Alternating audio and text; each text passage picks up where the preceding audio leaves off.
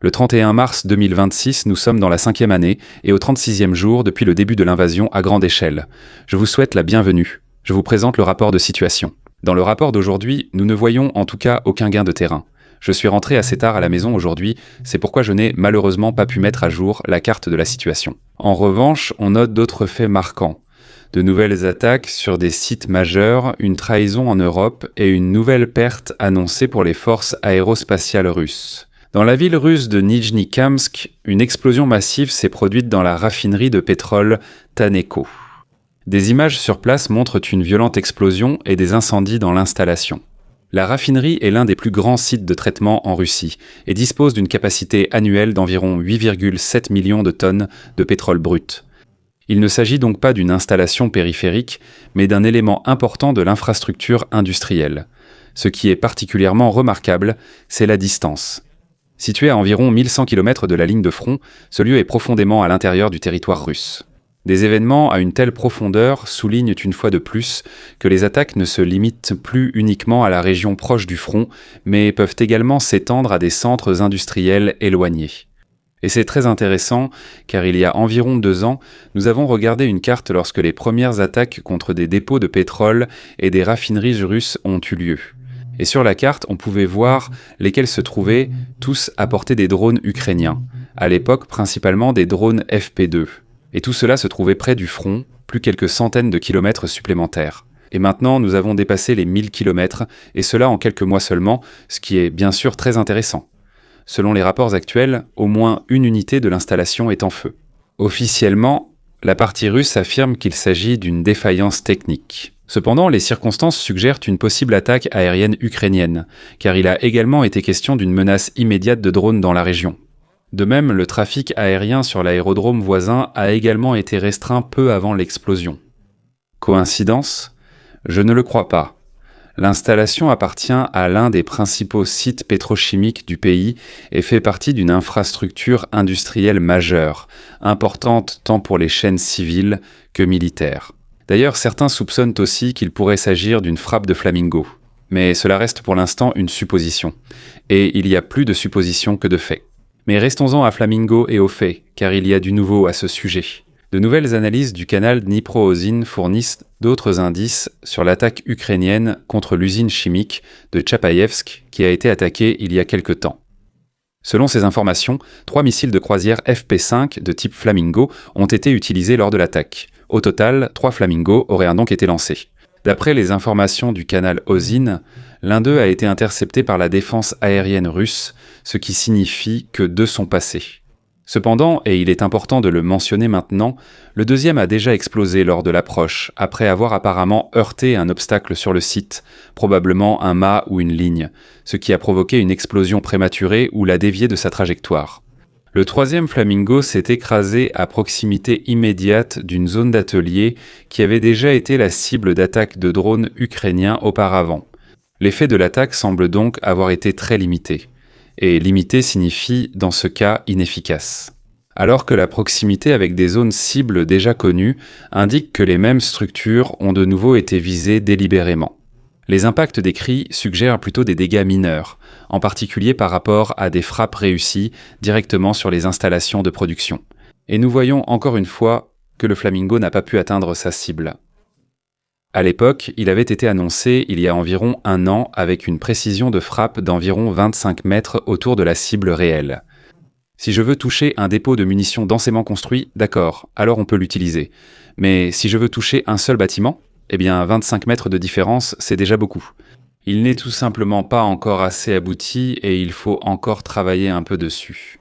Mais le fait est que Firepoint, donc le fabricant du Flamingo, ne fabrique pas seulement le Flamingo, mais aussi beaucoup d'autres choses, par exemple le drone FP2 qui a déjà fait ses preuves, mais il développe aussi actuellement le FP7 et le FP9 qui sont des missiles balistiques. Et bien sûr, la recherche est extrêmement importante ici, et beaucoup d'argent, de moyens et de ressources y sont investis, ainsi que beaucoup de savoir-faire. Et j'ai personnellement le sentiment que l'équipe du Flamingo aurait besoin d'un peu plus de soutien, qui n'est cependant pas disponible en ce moment, car il se concentre tellement sur les missiles balistiques. Mais c'est mon avis à ce sujet. Dans le contexte politique de l'Union européenne, un enregistrement de conversation attire actuellement l'attention. D'après ces informations, En août 2024, un appel téléphonique aurait eu lieu entre Sergueï Lavrov, ministre russe des Affaires étrangères, et son homologue hongrois, concernant les intérêts d'un oligarque russe. Dans la transcription diffusée, il est indiqué que Lavrov serait intervenu à la demande d'Ousmanov. En toile de fond, il s'agirait de la situation de sa sœur, qui figure sur une liste de sanctions de l'UE.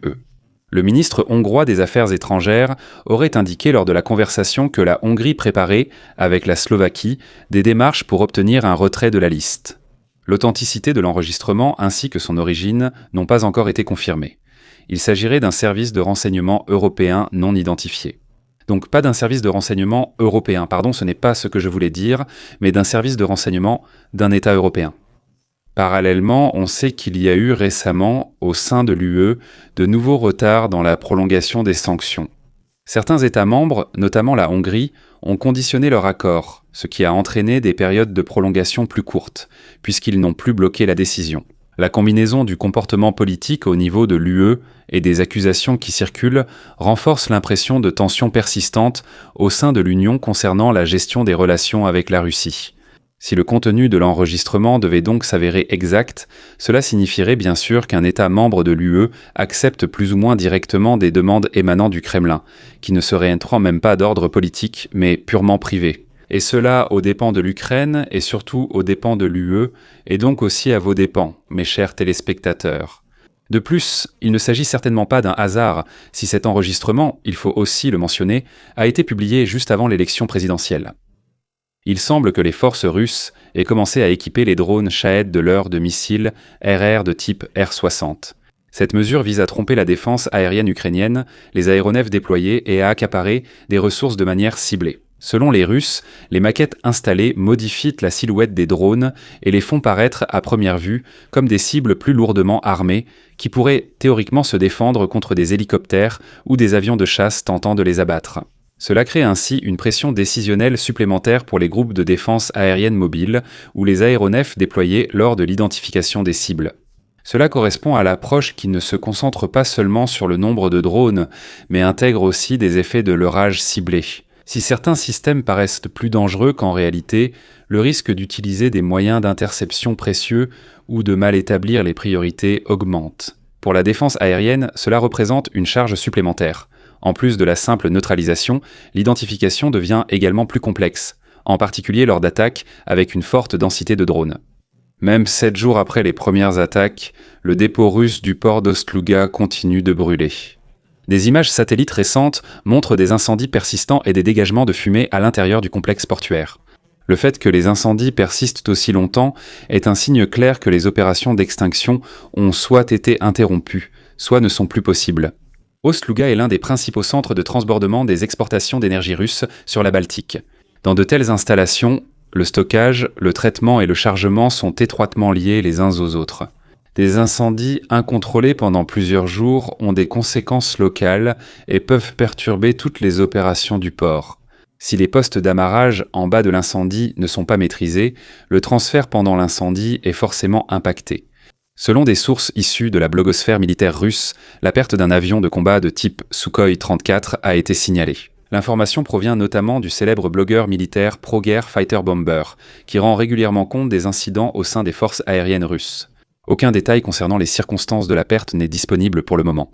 Il n'est notamment pas clair s'il s'agit d'un appareil abattu, d'une défaillance technique ou simplement d'un accident. D'après ce que j'ai pu comprendre jusqu'à présent, et attention, cela n'est pas encore confirmé, il semblerait qu'il s'agisse d'un tir effectué par une unité de défense aérienne basée au sol, probablement du côté russe. De même, il n'y a actuellement aucune information confirmée concernant le lieu ou le sort de l'équipage, mais Fighter Bomber est en général très précis lorsqu'il s'agit de l'abattage ou de la perte d'unités russes. Le Su-34 est un élément important des forces aériennes russes, et il est principalement utilisé pour des bombardements tactiques ainsi que pour l'emploi de bombes planantes. Ainsi, elle est centrale lors des frappes contre des positions ukrainiennes. Une telle perte est donc importante sur le plan opérationnel, car on en observe 1 à 2 chaque mois. Même si des pertes individuelles n'affectent pas la capacité globale, il est essentiel de savoir si ces annonces vont se multiplier ou reflètent une hausse des pertes. Merci à tous les abonnés, membres et à l'équipe ALBU, en particulier au lieutenant-colonel Renek et à ses datitives amis Myrofer. Abonnez-vous, likez et commentez. À bientôt pour le prochain rapport.